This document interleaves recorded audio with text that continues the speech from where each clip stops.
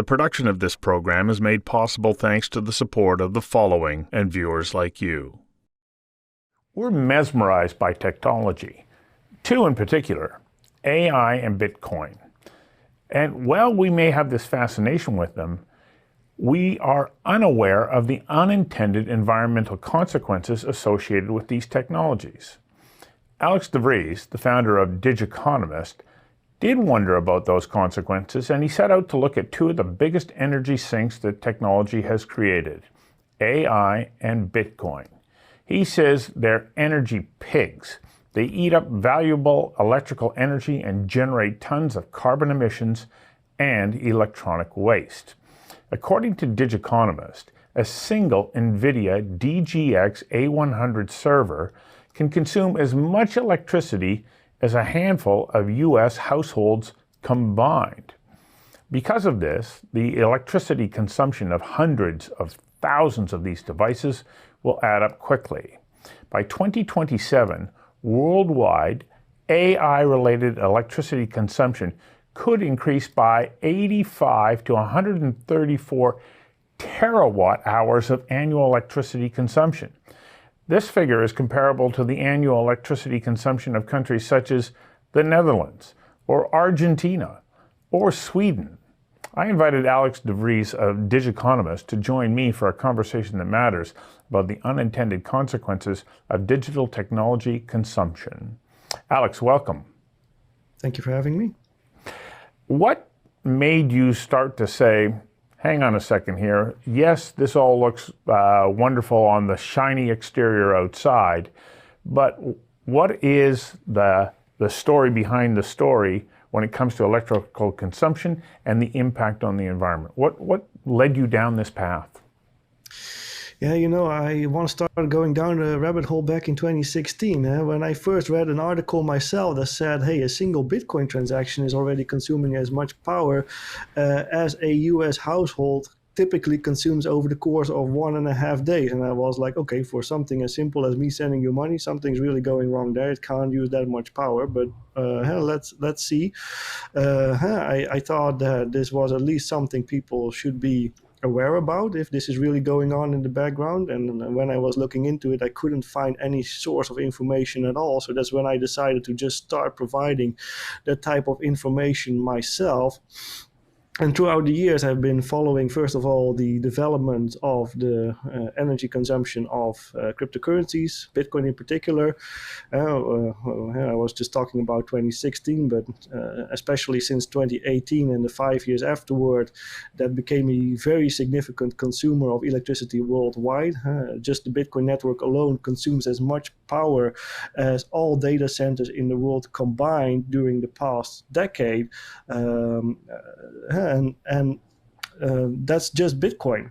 So now, recently, we started to see the rise of artificial intelligence, and I was like, hey, here we have another energy-intensive technology which may have a similar path going forward simply because of, by design, in AI, bigger is better. If you are making AI models, it's generally true that if you make them bigger, they will be more robust and they will perform better. But equally simple, the more you put in a model, the more resources it will consume and the more electricity will be needed to run those models.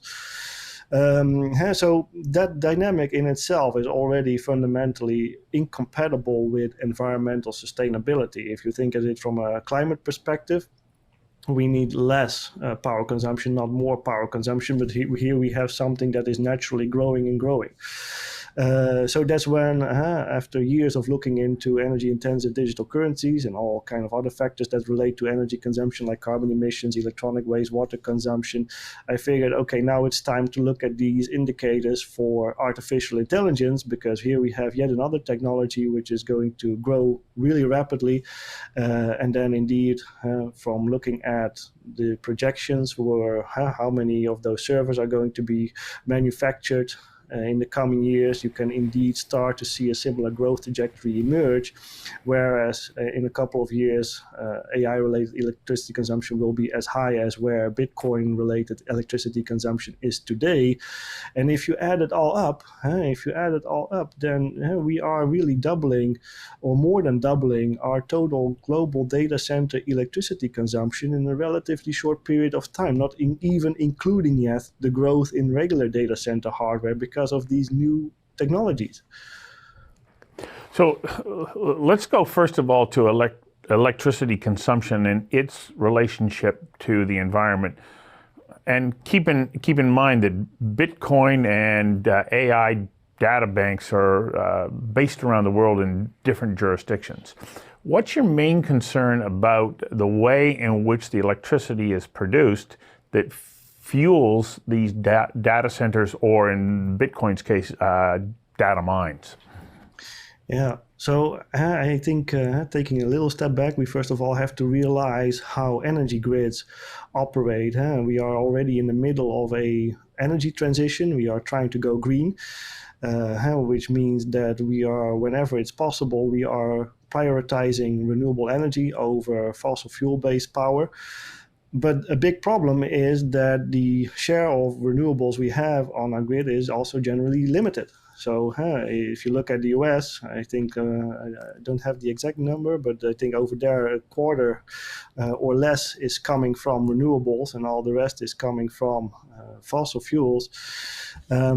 If we are pushing up our electricity demand in any type of way, and then this is independent of what way we're doing it, but if we're building energy intensive applications like Bitcoin or artificial intelligence, then what that means is that that additional power that we require is not going to come from renewables. Those are already in use. We already prioritize those, and we're going to be using the backup power source for that, which is fossil fuel. So we're going to be using more coal and more gas somewhere, maybe not for AI directly, because we often see that big tech companies will also buy green energy directly, but then it just means that somewhere something else is going to be powered with fossil fuel. So on the whole, we will be using more energy, we will be using more fossil fuels as a result of that, and then will be more carbon emissions as well. Next to other factors, the more electricity consumed, also the more water you need, while we are facing increasing water scarcity around the world as well. The production of this program is made possible thanks to the support of the following and viewers like you. So, you estimated tons of carbon output from electric generation in connection to Bitcoin. It's quite a staggering figure. How much is it, and how did you come to that conclusion about the volume of carbon that's produced by electrical generation just to drive Bitcoin? Yeah, well, it's carbon accounting is always debatable, but what we can do in Bitcoin's case is we can look at where those cryptocurrency miners are located around the world, and then we can look at the energy generation or the energy mix on the locations they are settled in. So, for example, if we see that a big chunk of miners is operating on the grid in Texas, in the US, then a big part of that is going to be powered by, coal and gas, simply because that's how they run the grid. Given a certain breakdown of where these miners are located around the world, you can start to figure out how their energy mix looks like, and in turn, what that means in carbon emissions. So if you establish that a majority of that power is being sourced from fossil fuels, of course, that's going to lead to a pretty significant carbon footprint on the electricity consumption number we previously mentioned. So actually today, my estimate is that the Bitcoin network is responsible for 87 million tons of carbon dioxide per year. And to put that in a context, that is more than a country like Greece would emit in total If you think about electric vehicles, we are avoiding a significant amount of carbon emissions by using electric vehicles all around the world every year, compared to using vehicles with internal combustion engines. But we are only avoiding up to 60 million tons of carbon dioxide every year from all the electric vehicles around the world. And at the same time, Bitcoin is responsible for more than 80 million tons of carbon dioxide. So just the Bitcoin mining alone is responsible for enough emissions to completely negate all the gains from electric vehicles around the world. That's a really significant number. Certainly is. You also mentioned water consumption. For somebody who's unaware of what that connection is, explain how water becomes part of this equation. Yeah, well, it comes in two cases. First of all, when you are loading up your data centers with these Bitcoin miners, they need cooling, and your cooling equipment, depending on how you set it up, will need a certain amount of water to function. And when I'm saying need a certain amount of water, in this case, we're talking about the water consumption. So, of course, you will take some water and put some water back, but as you're cooling, part of the water evaporates and becomes unavailable for reuse, and that is the water consumption part. It gets lost due to going up in smoke, literally. And that happens on site. Yeah. I also should note that water vapor is the most prevalent greenhouse gas there is. So you're adding more water vapor to the atmosphere, so it also has another atmospheric consequence. It all stacks up in the end. And when it comes to cryptocurrency miners and data centers, only 20% of their water use is direct. The majority of their water use is actually indirect. When we talk about carbon emissions related to AI or cryptocurrency miners, we talk about the carbon emissions related to the power generation that those machines ultimately consume. But in the same way, the power generators also require a lot of water. If you're generating power from fossil fuels, the generators also have cooling systems in which water is evaporated. And also when you're using hydropower, a lot of water evaporates from the hydropower reservoir, which is also attributable. So that also adds on top of the electronic waste. And if you look at the numbers, in the case of Bitcoin, the amount of water that evaporates in total every year, both direct and indirect consumption combined, you're talking about as much water as a country like Switzerland is using. And it ultimately comes down to the equivalent of a backyard swimming pool worth of water per Bitcoin transaction on average, more than 16,000 liters. Now, depending on where you are, that might not be enough to fill your swimming pool, but it's a staggering amount regardless. The production of this program is made possible thanks to the support of the following and viewers like you. The other thing that I found interesting that you noted, of course, is that the intensity of use on all of the computer parts that form a Bitcoin mine burns this electronic hardware out pretty quickly. So there is an enormous amount of electronic hardware waste. What are your estimates on the scale of that? Yeah, and well, actually, I have to add that in the case of cryptocurrency mining, you're dealing with equipment that is so specialized that it can't do anything else but do that very specific task. So Bitcoin miners can only mine Bitcoin. And the problem is that those machines improve at a very rapid pace. So the unfortunate thing is their economic lifetime gets very short. They won't last more than a couple of years. And that's already if you're lucky, simply because they get obsolete so fast economically. They just can't compete with newer versions anymore. And I previously estimated that the whole Bitcoin network combined was also putting out as much electronic waste as my home country, the Netherlands, puts out in small IT equipment waste every year. And you're talking about 29 kilotons of electronic waste. And again, that averages down to an iPhone's weight worth of electronic waste per Bitcoin transaction on average. So every time you're doing a Bitcoin transaction, you're talking about about electricity consumption, the size of what a US household now requires for more than a month, has 16,000 liters of water and an iPhone worth of electronic waste, and let's not even get started on the carbon footprint of those transactions, because that in itself will also exceed the carbon footprint of a per passenger carbon footprint of a flight from Amsterdam to New York. I managed to visit a Bitcoin mine a couple of years ago, and it is massive amounts of computers that are just running in one row after another, after another, after another. The requirement for cooling in that environment is so high, and just the heat is such a negative and strong force on the long-term sustainability of that equipment.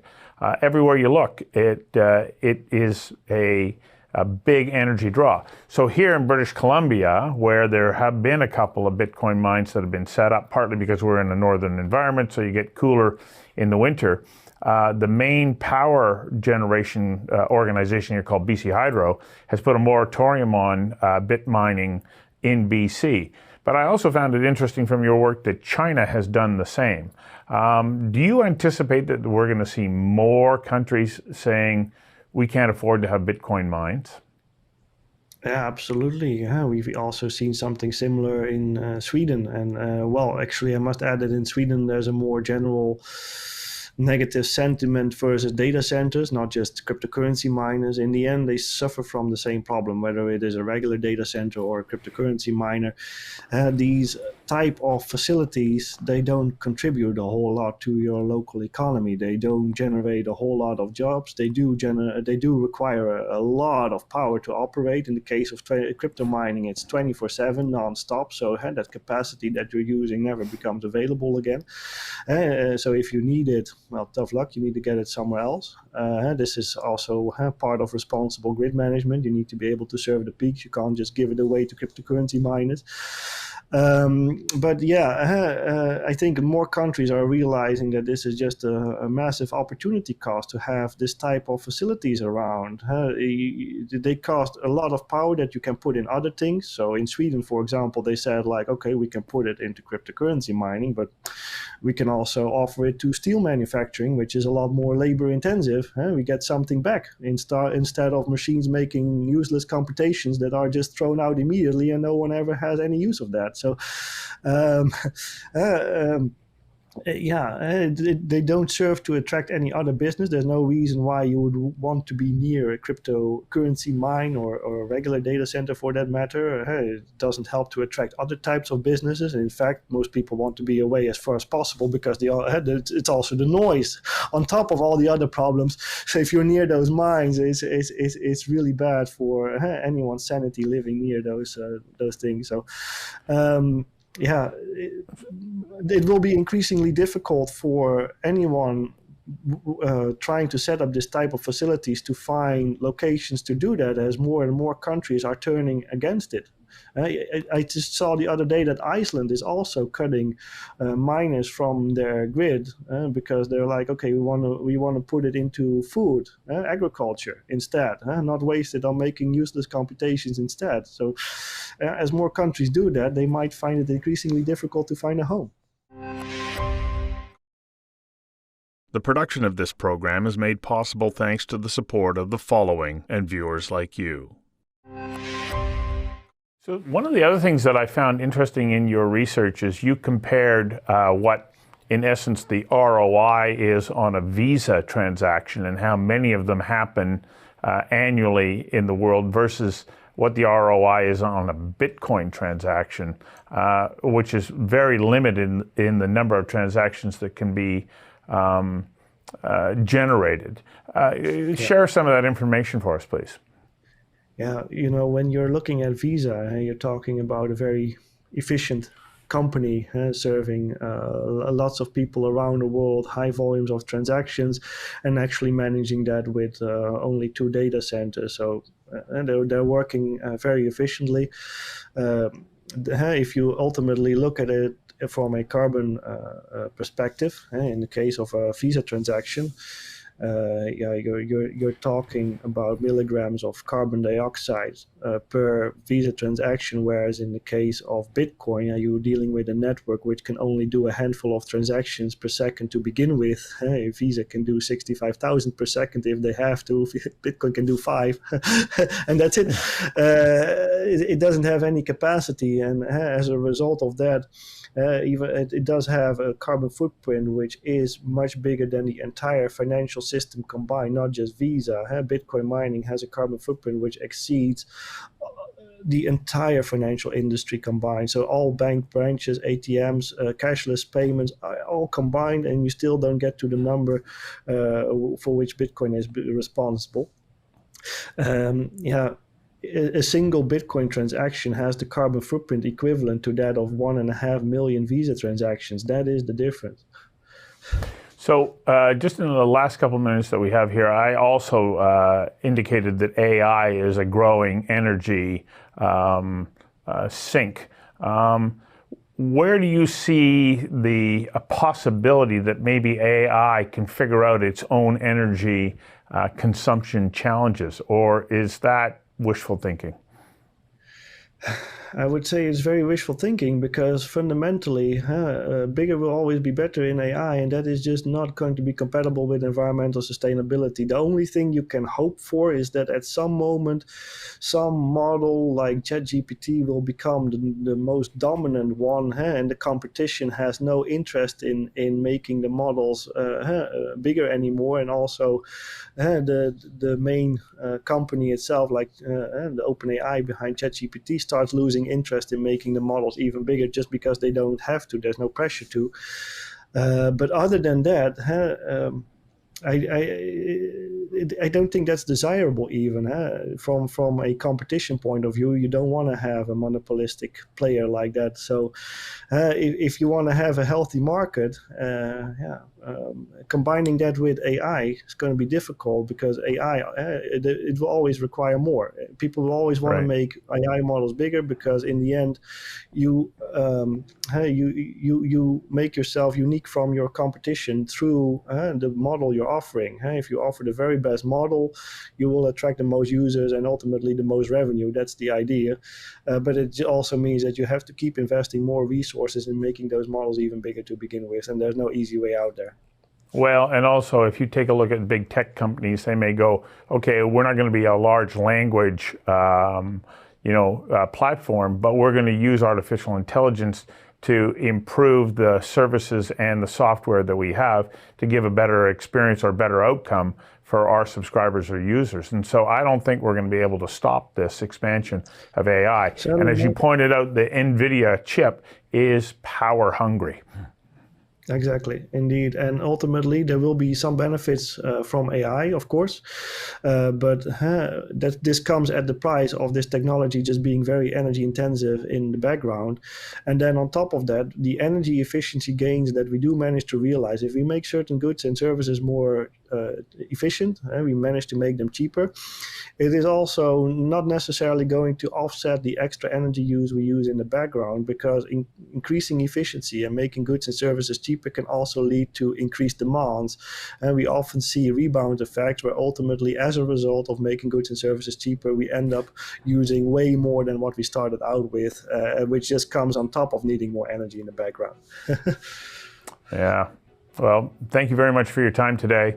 It's something that we need to keep our eye on and hope that we can find maybe more hopeful changes in the way in which we're developing technology. Thank you. Very welcome.